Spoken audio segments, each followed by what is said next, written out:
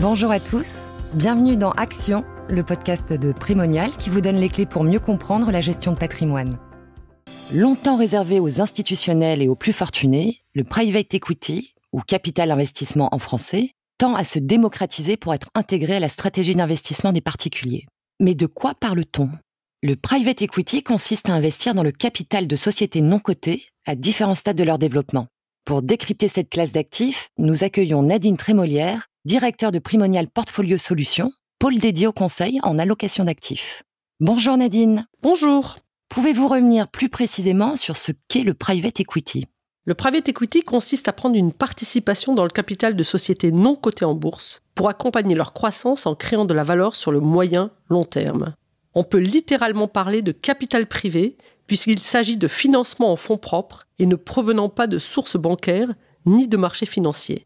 Le private equity permet d'accompagner des entreprises aux profils et aux besoins variés. On distingue 4 stratégies principales correspondant aux différentes étapes de développement d'une entreprise. Mais quelles sont-elles ? Tout d'abord, le capital risque ou venture capital, qui permet de financer la création de jeunes entreprises innovantes. Ensuite, le capital développement, qui permet d'accompagner des entreprises ayant déjà gagné en maturité et souhaitant passer à une nouvelle étape de leur développement. Le capital transmission ou leverage buyout intervient lors de la cession ou du rachat d'une entreprise. Enfin, le capital retournement intervient lorsque la société traverse une période difficile et nécessite une restructuration. Donc la mission des fonds de private equity est d'apporter des capitaux ? Oui, mais pas uniquement. Le rôle des fonds de private equity ne se limite pas à une simple participation financière. Il s'accompagne également d'un appui stratégique et opérationnel qui peut se manifester par exemple par l'apport d'un savoir-faire, de moyens humains et ou techniques supplémentaires, ou encore d'un réseau. En fonction du stade de développement de la société, l'accompagnement ne sera pas le même. Quel est l'intérêt de mettre du private equity dans son allocation ? Je dirais qu'il y a 4 avantages majeurs à intégrer du private equity dans son allocation d'actifs. Tout d'abord, la diversification en termes de profil d'entreprise, de secteur d'activité et de géographie par rapport aux sociétés cotées. Selon France Invest, l'association des investisseurs pour la croissance, plus de 8 900 entreprises étaient accompagnées par un fonds de capital investissement français à fin 2020. Deuxièmement, cela permet d'investir dans l'économie réelle en assurant le financement de sociétés qui vont devenir des acteurs importants de demain.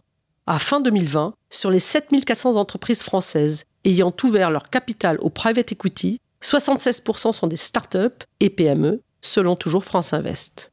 Troisièmement, c'est une classe d'actifs qui présente une corrélation limitée avec les marchés boursiers et qui affiche une volatilité moindre. Et quel est le potentiel de performance du private equity ? Même si les performances passées ne préjugent pas de performances futures, les fonds de private equity offrent un potentiel de performance durable et attractif. Sur une durée de 10 ans, le private equity français a réalisé, toujours selon France Invest, une performance annuelle de 10,1%, supérieure à celle des marchés cotés. Il est néanmoins important de garder en tête que cette classe d'actifs est peu liquide et implique un blocage des fonds placés sur toute la durée d'investissement du produit, généralement 10 ans pour le private equity. Enfin, il faut être conscient du risque de perte en capital possible, pouvant aller d'une fraction de la somme investie jusqu'à la totalité. Dites-nous, concrètement, comment peut-on investir dans cette classe d'actifs ? Traditionnellement, le private equity s'adressait à 2 typologies d'investisseurs, avec d'un côté les institutionnels et de l'autre les particuliers fortunés assimilés à des business angels. Plusieurs éléments expliquent cela. Un ticket d'entrée conséquent, une durée d'investissement longue, donc une mobilisation des capitaux, et enfin l'illiquidité de cette classe d'actifs. Pour les particuliers, l'accès au private equity s'est longtemps limité aux dispositifs de type FIP, Fonds d'investissement de proximité, et FCPI, Fonds commun de placement dans l'innovation, dont l'argument phare reposait sur la défiscalisation, alors que la stratégie de ces produits était moins mise en avant. Ce qui explique pourquoi le private equity n'était que peu répandu auprès du grand public. La loi Pacte du 22 mai 2019, qui visait notamment à drainer une partie de l'épargne des Français vers l'économie réelle, a changé la donne puisqu'elle a permis au private equity de faire son entrée dans l'assurance vie. Depuis, on assiste à une démocratisation. Vous parlez de démocratisation, mais quel est le ticket d'entrée ? Le ticket d'entrée varie en fonction des solutions retenues. S'il est possible d'investir en direct dans des fonds de private equity, avec une mise initiale généralement supérieure à 100 000 €, certaines solutions innovantes ont vu le jour en assurance vie où quelques milliers d'euros suffisent pour investir. Citons l'exemple de l'unité de compte Primopact, lancé en 2019, disponible au sein de Target Plus, contrat d'assurance vie conçu pour le groupe Primonial et assuré par Oradea Vie, filiale de la Société Générale. Primopact donne accès au private equity de qualité institutionnelle tout en garantissant une liquidité permanente grâce à une valorisation bimensuelle et ce, à partir de 5 000 €. Le groupe Primonial travaille actuellement à une nouvelle version de cette solution qui devrait être disponible courant mai 2022. Dans quelle proportion intégrer du private equity dans son patrimoine ? La loi Pacte, en élargissant le spectre des supports éligibles en assurance vie, a favorisé la démocratisation du private equity. Mais attention à ne pas confondre la liquidité de l'enveloppe assurance vie avec celle des unités de compte en private equity.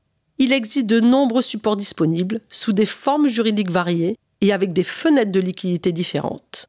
Ainsi, avant toute décision d'investissement, il est important de bien comprendre les caractéristiques du produit, l'horizon d'investissement associé et le risque pris afin de s'assurer de l'adéquation du support avec son profil d'investisseur. S'agissant de la proportion à consacrer au private equity, je dirais qu'il s'agit de faire preuve de bon sens. Comme pour toute autre solution financière, il est important d'ajuster l'exposition à la classe d'actifs au regard du profil de risque de l'investisseur et des précédents critères que nous venons d'évoquer. Par exemple, pour un épargnant au profil équilibré, une poche private equity de 15-20% peut être envisagée, proportion pouvant varier à la hausse pour un profil plus offensif ou à l'inverse diminuer pour un profil plus prudent. Merci Nadine pour ces explications.